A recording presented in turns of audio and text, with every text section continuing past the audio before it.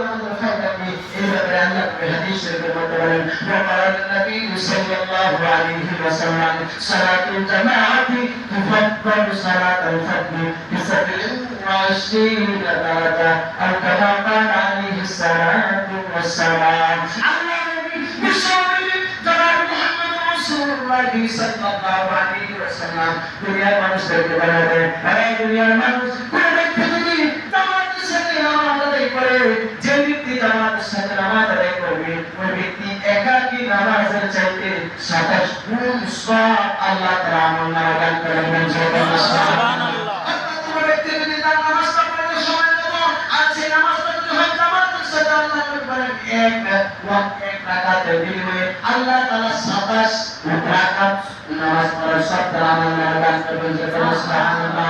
এক ওয়াক্ত নামাজ যদি জামাতে পড়ে 27 ওয়াক্ত নামাজের সব আল্লাহ তাআলা আমলনামায় দান করবেন। আর কেউ যদি 5 ওয়াক্ত নামাজ যদি জামাতের সাথে আদায় করে আল্লাহ রাব্বুল আলামিন 135 ওয়াক্ত নামাজ পড়ার সব আল্লাহ তাআলা আমলনামায় দান করবেন সুবহানাল্লাহ। নামাজ পড়ব সময় মতো সময় ছাড়া সময় মতো একাকী না জামাতের সাথে নামাজ পড়লে লাগবে এক ওয়াক্তে 27 ওয়াক্তের সব এক রাকাতে 27 রাকাতের সব।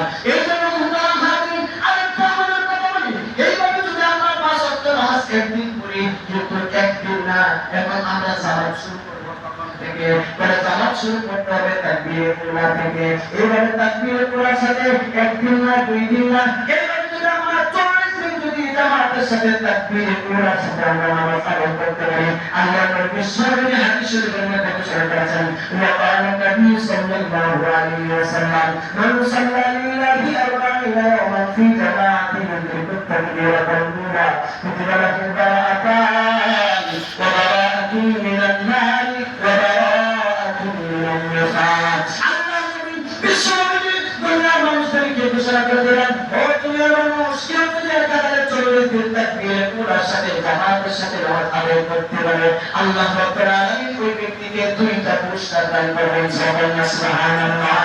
বারাকাতুন মিনাল্লাহি ওয়া বারাকাতুন মিনান নারি ওয়া বারাকাতুন মিনান নিফাক।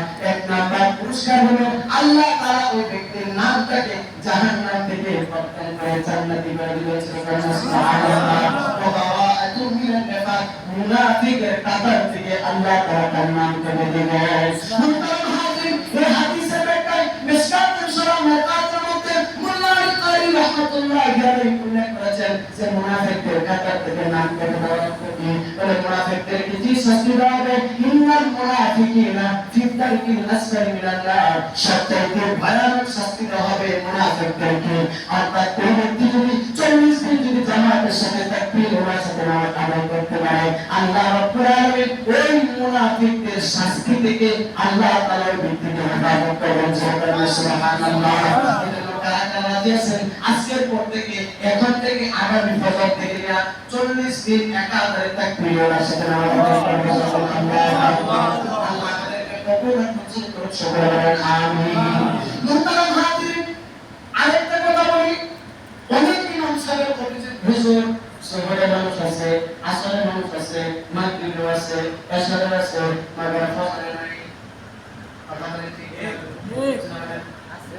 আবার কিছু মানুষ আছে এশারে থাকে না ফজরে থাকে না আর মুসলমান বাদান হাদিসের মধ্যে আল্লাহ রাসূল ঘোষণা করেছেন কোন ব্যক্তি যদি এশারের নামাজ আর ফজরের নামাজ যদি জামাতের সাথে মসজিদে এসে কেউ যদি পড়ে আর সারা রাত যদি গুনাহ থাকে আল্লাহ রাসূল ঘোষণা করেন ওই ব্যক্তি সারা রাত গুনাহ থাকার পরে সারা রাত তারা তাহাজ্জুদের নামাজ আদায় করে যে সওয়াব এই দুইটা ওয়াক্ত নামাজ যদি কষ্ট করে মসজিদে এসে পড়তে পারে আল্লাহ রাব্বুল আলামিন সারা রাত তারা নফল নামাজ পড়ার সওয়াব তার আমলনামায় দান করে দিবেন সুবহানাল্লাহ।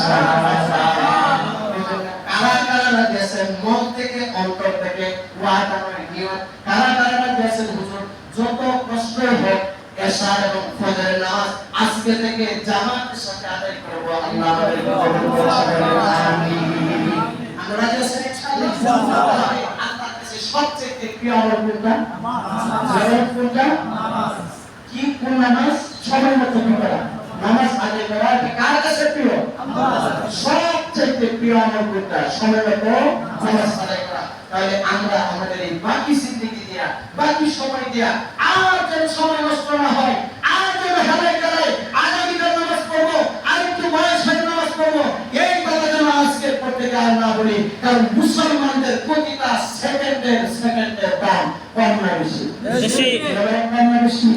একটা মাসআলাটা আপনাদেরকে জানা দিই, কেমন বেশি যাকে একটা মাসআলাটা বলে অনেক সময় যাবে, কারণ আমি সেদিকে যেতে চাই না। তাহলে আল্লাহর কাছে তিনটা আমল সবচেয়ে প্রিয়, তার মধ্যে এক নাম্বার কি?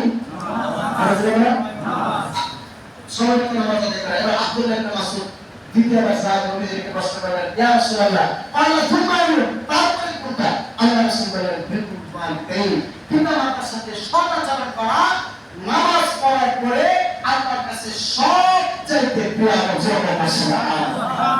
মুহতারাম হাজিরিন, পিতামাতার সাথে সদাচরণ করা, ভালো ব্যবহার করা, তাদেরকে ভালোভাবে ডাকা, তাদের সাথে ভালো আচরণ করা, এটা আমার কাছে না, কোন নবীর কাছে না, কোন বীরের কাছে না, বরং সব আসমান জমিনের মালিক আল্লাহর কাছে সবচেয়ে প্রিয় আমল।